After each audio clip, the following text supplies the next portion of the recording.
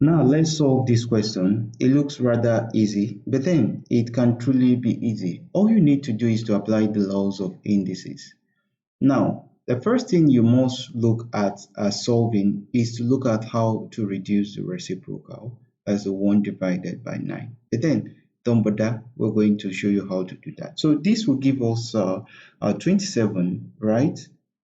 27 to the power of y.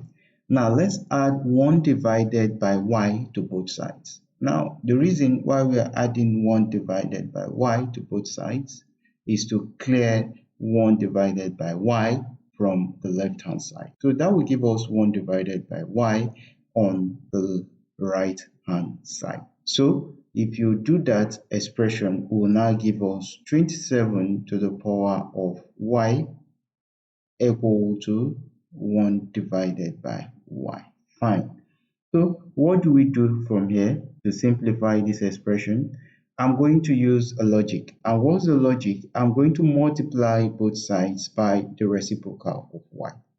Now, if we multiply both sides by the reciprocal of y as a power, what will that give us? Now, let's find out. 1 divided by y, right, equal to, this is 1 divided by y, all to the power of 1 divided by y. Fine. So, what are we going to arrive at this? If we simplify this, remember the law of indices. If you have this expression, a to the power of x all multiplied by y, this can be equal to a to the power of xy, right? So let's apply that expression here. That will give us 7 to the power of y multiplied by y divided by y, and this will be equal to 1 divided by y, right? And this will be equal to 1 divided by y. Fine. So that simply tells us that on the left hand side, we'll only have 27 to the power of 1, which is equal to 27. And then we will have this other side to become 1 divided by y to the power of what? 1 divided by y. So how do we solve this question? Remember that we have to simplify 27. And to simplify 27, what we'll have is 3 to the power of 3. Remember, it can give us 27. So why do we have a base that have same power? So that we can be able to equate. So this will give us 3 to the power of 3, and this will be equal to 1 divided by y all to the power of 1 divided by y. So having gotten that, so what do we have here? You come to see something unique about this expression. If we have a to the power of a to be equal to y to the power of y, then our a will be equal to y. Why? As long as y is greater than or equal to 1. So if we have that expression, that simply tells us that the value of y, or this will be equal to 3 to be equal to 1 divided by y. So if we multiply both sides by y, we're going to have 3y to be equal to 1 divided by y multiplied by y, right?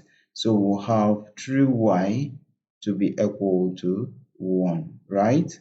So if we simplify this, y will be equal to, divide both sides by 3, we'll have y to be equal to 1 divided by 3. And that is the solution to the value of y. Now, this is just the right solution to the value of y. Now I want you to do something. It's going to be a task I want you to go ahead to do. Take the value of y equal to 1 divided by 3. What you do is substitute it into this expression, 27y minus 1 divided by 1, and then find out if your solution will be equal to 0. If it does, then that confirms that y equal to 1 divided by 3 is absolutely the right solution that satisfies that exponential equation. Try that and drop your comments in the comment section. I will be so glad to engage with you from the comment section. Don't forget to give this video a thumbs up. Remember to also share this video with your friends and colleagues, and also remember to subscribe to our channel or follow our channel, our page for more simplified mathematics solution. Thanks so much for watching, and bye bye for now.